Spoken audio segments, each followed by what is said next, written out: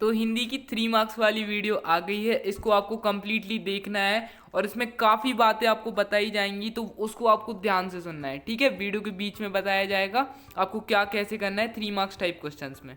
Okay. And हाँ, आप लोगों ने आई थिंक 2 मार्क्स वाले क्वेश्चंस कंप्लीट कर लिए होंगे ना, मतलब जो 3 वीडियो आई थी ना, तो तीनों वीडियोस के आपने 2 मार्क्स वाले क्वेश्चन कंप्लीट कर लिए। फिर आपके मन में एक डाउट आ रहा होगा कि सर अगर वो क्वेश्चन कंप्लीट कर लिए तो उन्हीं से आएगा। हाँ एग्जैक्टली आपका 95% तो उसी से आएगा, एक दो क्वेश्चन वो यहाँ वहाँ होंगे, लेकिन जो अपन ने क्वेश्चन पढ़े हैं ना वो अथवा में उसके कवर कर लेंगे, तो बस आप उन क्वेश्चंस को तो अच्छे से तैयार कर लेना। ओके, चलो तो 3 मार्क्स टाइप क्वेश्चंस की बात करते हैं। कबीर अथवा मीरा का साहित्यिक परिचय निम्नलिखित बिंदुओं के आधार पर दीजिए। देखो कबीर और मीरा का तो आपको कर लेना ही है। ठीक है, पहले अपन लोग बात करते हैं किसका, कबीर दास का। तो कबीर दास का करेंगे पहले 2 रचनाएं, फिर भाव पक्ष, फिर कला पक्ष, फिर साहित्य में स्थान। अब देखो प्रश्न बैंक से आप लोग करना, इसमें जितना हो सके हमें जो जो इम्पोर्टेंट थे वो हमने इसमें कवर करा दिए, और फिर बाकी आपको थोड़ी देर में बताते हैं। ठीक है, तो 2 रचनाएं अपन को कौन कौन सी लिखनी है, साकी सबद रमैनी। आप 3 भी लिख सकते हो, 2 लिख सकते हो। ठीक है, भाव पक्ष कौन सा है, कबीर को हिंदी काव्य में रहस्य का जन्मदाता कहा जाता था। जो हिंदी काव्य था उन्हें रहस्य का जन्मदाता कहा जाता था। देखो आप लोग याद तो कर नहीं पाओगे ना कबीर परिचय, जैसे भूल जाओगे, इसलिए अभी जो जो मतलब जैसे बोल रहे हैं आप उसको सुन बस लो, तो आपको एग्जाम में याद आ जाएगा कि हाँ टॉपर सॉल्यूशन सर ने ऐसा बोला था, तो याद आ जाएगा ईजिली। ओके, तो जैसे कबीरदास को जो हिंदी काव्य में रहस्य, जो रहस्य था उसका जन्मदाता कहा जाता था, जैसे सस्पेंस, अपन लोग अभी सस्पेंस बोलते हैं उसे। ओके, कबीर ने काव्य में आत्मा और परमात्मा से संबंधों की स्पष्ट व्याख्या मिलती है। जो अपनी आत्मा से परमात्मा का मिलन होता है उसके बारे में कबीरदास जी ने लिखा है। ठीक है, उसके संबंधों को स्पष्ट व्याख्या मिलती है। कवि ने अपने काव्य में परमात्मा को प्रयत्न एवं आत्मा को पेशी के रूप में चित्रित किया है। ये पॉइंट बहुत इंपॉर्टेंट है, उन्होंने किसमें किया था, प्रयत्न और पेशी। ये चीज हमेशा आप लोग हमेशा लिखना है इस चीज को, और हमेशा याद रखना। उन्हें काव्य में विरह की पीड़ा है। ओके, तो ये तो हो गया इनका भाव पक्ष। ठीक है, वो किस भाव से लिखा करते थे। फिर आता है कला पक्ष। तो कबीर के काव्य में चमत्कार के दर्शन होते हैं। कविता उनके लिए साधना न होकर साधन मात्र थी। उनके काव्य में अनन्यास की मौलिक एवं सार्थिक प्रतीक को अनैति एवं रूपकों का सफल प्रयोग मिलता है। फिर आता है साहित्य में स्थान। तो कबीर को कबीर समाज सुधार एवं युग निर्माता के रूप में सदैव स्मरण किए जाएंगे। फिर आते हैं मीरा। ठीक है, वही क्वेश्चन अपन को लेना है और इसमें वही पॉइंट लिखना है, और किनके साथ, मीरा बाई के साथ। ठीक है, मीरा बाई की रचनाएं कौन कौन सी थी, आप इनमें से कोई भी 2 याद कर सकते हो, जैसे गीत गोविंद टीक, सोरठा के पद, या राग गोविंद, या नरसी जीरो मायरो। ये ज़्यादा इजी है और याद भी है ना, पहले से भी याद है नरसी जीरो मायरो। और दूसरा कर लेना आप सोरठा के पद या राग गोविंद, कोई भी। ओके, फिर भाव पक्ष आपको कर लेना है। मीरा भक्ति काल कवित्री थी, मतलब भक्ति काल से ही रिलेटेड थे ये लोग। ठीक है, सगुण भक्ति धारा में कृष्ण को आराध्य मानकर इन्होंने कविता की।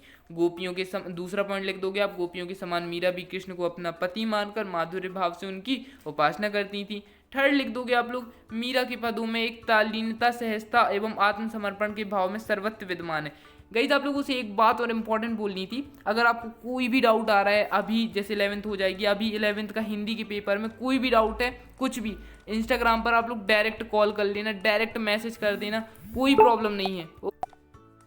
ठीक है, तो आप लोगों को मतलब जो भी मन में डाउट आता है बिना मतलब डरे आप डायरेक्ट कॉल कर सकते हो। पहले तो इंस्टाग्राम पर मैसेज कर देना और फॉलो कर लेना, जिससे नोटिफिकेशन मिल जाएगी, तो हम आपको देख लेंगे कि आपने हमें मैसेज किया, क्योंकि फिर वो रिक्वेस्ट में चला जाता है ना मैसेज, इसलिए आप लोग फॉलो कर लेना और फिर उसके बाद मैसेज कर देना। अगर फॉलो नहीं भी करना तो चलेगा, ठीक है, लेकिन आपको कोई भी डाउट हो जाता है डायरेक्ट कॉल कर सकते हो। ठीक है, बिना डरे। ओके, हाँ, तो नेक्स्ट क्वेश्चन की बात करते हैं। मीराबाई का मतलब ये भाव पक्ष तो हो गया था अपन लोगों का, और फिर मीरा के पदों में क्या दिखती है, तालीनता, सहजता और आत्मसमर्पण का भाव सर्वत्र है, कि वो समर्पण कर दिया था उन्होंने अपनी कृष्ण भक्ति को, मतलब उन्होंने खुद को कृष्ण भक्ति में समर्पण कर दिया था।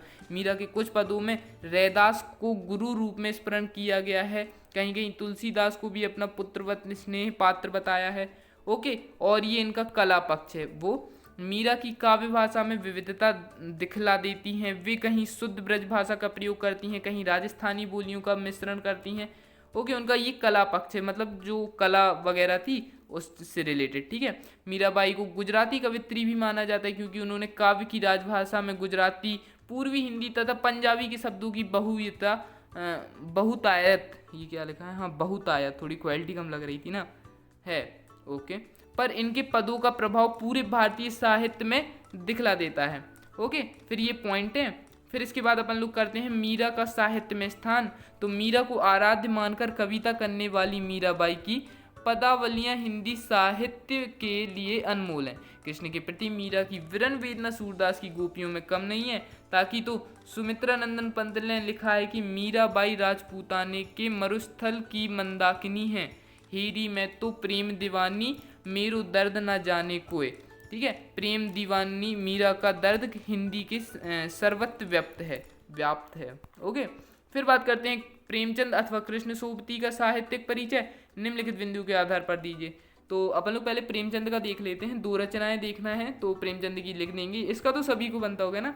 ओके, तो प्रेमचंद जी का पहले ये उनका थोड़ा सा समरी दी गई है कि वो कहाँ से, उनका जन्म 1880 में वाराणसी जिले में लम्ही गांव में हुआ था। उनका बचपन का नाम धनपत राय था, किंतु वे अपनी कहानियाँ उर्दू में नवाब राय के नाम से लिखते थे और उन्हें हिंदी में मुंशी प्रेमचंद के नाम से। ठीक है, अब इसके बाद अपन लोग देखते हैं कि उनकी रचनाएं कौन सी हैं। तो निर्मला, रंगभूमि, कर्मभूमि, गबन, गोदान आदि। फिर इसके बाद यहाँ पर देखते हैं भाषा शैली उनकी कौन सी थी। प्रेमचंद जी भाषा सहज, सरल, व्यवहारिक, प्रभावपूर्ण, मुहावरेदार एवं प्रभावशाली है तथा उनमें अद्भुत व्यंजना शक्ति भी विद्यमान है। उनकी शैली आकर्षक है, उनमें मार्मिकता है, चित्रात्मक मुंशी प्रेमचंद जी की रचनाओं की विशेषता है। ओके, फिर साहित्य में स्थान उनके दिए गए हैं। साहित्य के क्षेत्र में प्रेमचंद का योगदान अतुलनीय है। उन्होंने कहानी और उपन्यास के माध्यम से लोगों को साहित्य से जोड़ने का काम किया है। उनके द्वारा लिखे गए उपन्यास और कहानी आज भी प्रासंगिक हैं। ओके, अब जीवन में खेलों का महत्व पर अनुच्छेद लेखन करना है। ओके, अब इसके टॉपिक पर गाइज एक और बात करनी थी। देखो, ये तो रहे थोड़ी सी कबीर परिचय। अभी आपको किस किस का देखना है, कृष्ण सोबती है ना, और काफ़ी लोग भी हैं, मतलब आपको जैसे नाम बताते हैं, मतलब काफ़ी लोग होते हैं, जैसे प्रेमचंद हो गए, कृष्ण सोबती, कबीरदास, मीराबाई, रामनरेश त्रिपाठी, मन्नू भंडारी, इनका तो आपको बनना ही चाहिए। लेकिन जो सबसे ज़्यादा इंपॉर्टेंट थे वो मैंने इस वीडियो में आपको बता दिए हैं। ओके, एंड नेक्स्ट एक और आपको ट्रिक बता दें कि अगर आप लोगों ने जैसे आपके उसमें दिए गए हैं प्रश्न बैंक में, उन्हीं में से आएगा। ठीक है, प्रेमचंद का जो बता दिया, लेकिन ये देखो 3 तो आपको कर ही लेना है। पहला देखते हैं कबीरदास का कर लेना है, दूसरा मुंशी प्रेमचंद जी का कर लेना है। ओके, यहाँ पर मुंशी प्रेमचंद जी का, और तीसरा मीराबाई का। इन लोगों का तो कर ही लेना है। फिर आप लोग रामनरेश त्रिपाठी, कृष्ण सोबती का भी कर सकते हो। ठीक है, यहाँ पर देख सकते हो कृष्ण सोबती का भी कर सकते हो, और उसके बाद मन्नू भंडारी, अगर आपके पास टाइम रहता है। ओके, टाइम तो देखो अभी काफ़ी आप लोग कर सकते हो। फिर नेक्स्ट क्वेश्चन की बात करते हैं, अनुच्छेद में खेलों का महत्व पर अनुच्छेद लेखन कीजिए। तो खेल खेलने से शरीर सबल, चुस्त तथा स्वस्थ बनता है। शरीर के साथ मन स्वस्थ के विकास में भी खेल सहायक होते हैं। इस तरह खेल हमारे शरीर को पूरी तरह स्वस्थ तथा कार्यक्षम बनाते हैं। छात्र जीवन में शिक्षा ग्रहण करते समय हम अपने शरीर को स्वस्थ और सबल बनाकर भविष्य के प्रत्येक क्षेत्र में सफलता प्राप्त कर सकते हैं। ये इतना आंसर हो गया, छोटा सा आंसर था। नेक्स्ट क्वेश्चन की बात करते हैं। एक आपका जी गद्यांश पर ध्यान से आ जाते हैं, तो वो देख लेते हैं। ओके, ठीक है, तो जैसे एक ये गद्यांश दिया गया है आप लोगों में कि ये सेवा, त्याग तथा धर्म को भारतीय संस्कृति चेतना का अत्यधिक भारतीय दर्शन में जीव मात ईश्वरी, ये पूरा है। फिर इसके बाद इसके ये क्वेश्चन दिए गए हैं भारतीय संस्कृति। अब एक ट्रिक बतानी थी जो कि आपको यहाँ पर दिखा देते हैं। ठीक है, यहाँ पर ओके, ये देखो गद्यांश और काव्यांश आपके टोटल कितने रहेंगे। गद्यांश रहेंगे 3 टोटल। देखो क्वेश्चन बैंक बोल लो, प्रश्न बैंक बोल लो, तो उसमें गद्यांश कितने हैं, प्रश्न बैंक में 3 है, 3 में से ही एक आएगा। ओके, 3 में से एक आएगा, तो आप लोग क्वेश्चन बैंक में कर सकते हो, 3 में से एक आएगा। और उसके बाद अगर उसका आपको आंसर सही नहीं लग रहा तो आप लोग गूगल कर सकते हो ईजिली। ओके, अगर फिर भी नहीं मिल रहा है तो टेलीग्राम चैनल ज्वाइन कर लो, मैं उधर पे अपलोड कर दूंगा अगर आप लोग बोलो।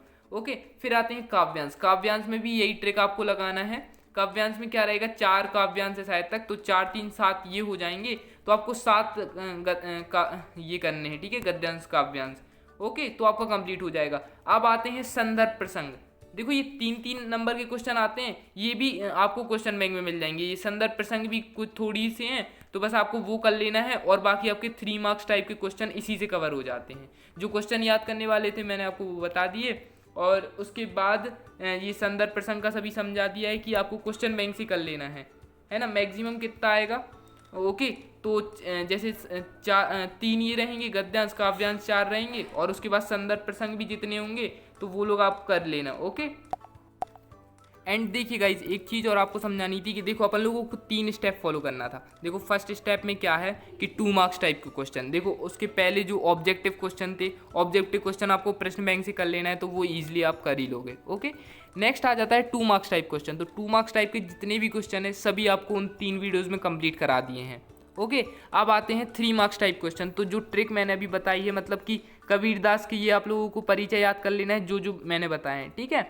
टॉपर सॉल्यूशन ने जो बताया है वो कर लेना है। फिर आते हैं गद्यांश और काव्यांश। इनके लिए अब बताइए आप कितनी पीडीएफ बनाते हैं, आप लोग पीडीएफ से पढ़ पाते, मेन चीज़ यही है। हाँ, यूट्यूब चैनल पर बताए जा रहे हैं, लेकिन इतना ज़्यादा आप कैसे पढ़ सकते हो, मतलब उसमें भी प्रश्न बैंक में वो लोग दिए हैं, तो प्रश्न बैंक में आपको समझ में आ जाता है। आप लोग सच बताना, जैसे प्रश्न बैंक में वो लोग दिखाते हैं तो समझ में आ जाता है, ठीक है। तो वो चीज़ भी बताना। और क्या बोलते हैं कि क्या ही बोले ठीक है। तो आपको करना क्या है, बस ये जो प्रश्न बैंक में दिए हैं, अगर प्रश्न बैंक नहीं मिलती है तो टेलीग्राम पर आप लोगों को ईजिली मिल जाएगी, तो आप लोग वहाँ से डाउनलोड कर सकते हो, नहीं तो आप लोगों के पास होगी, अगर नहीं है तो खरीद लेना, ओके। और फिर भी नहीं मिलती है तो पीडीएफ मुझसे मंगा लेना, मैं आपको प्रोवाइड करा दूंगा डायरेक्ट टेलीग्राम पर, ओके, या इंस्टाग्राम पर, ठीक है। तो आपको करना क्या है, बस जल्दी से इस पीडीएफ को देखना है। अब आता है थर्ड स्टेप। थर्ड स्टेप के लिए भी आपकी तैयारी कराई जाएगी। और अगर आप लोग बोलो तो अगर वैसे कुछ समझ में नहीं आ रहा है कि कौन सा करें कौन सा नहीं करें, तो एक वीडियो इसी के ऊपर निकाल देंगे, गद्यांश काव्यांश और संदर्भ प्रसंग, ओके, ठीक है। तो आई थिंक ये वाली वीडियो आपको समझ में आई होगी। अगर पसंद आई तो प्लीज़ वीडियो को लाइक कर देना, चैनल सब्सक्राइब कर देना और #टॉपर सॉल्यूशन जरूर लिख देना।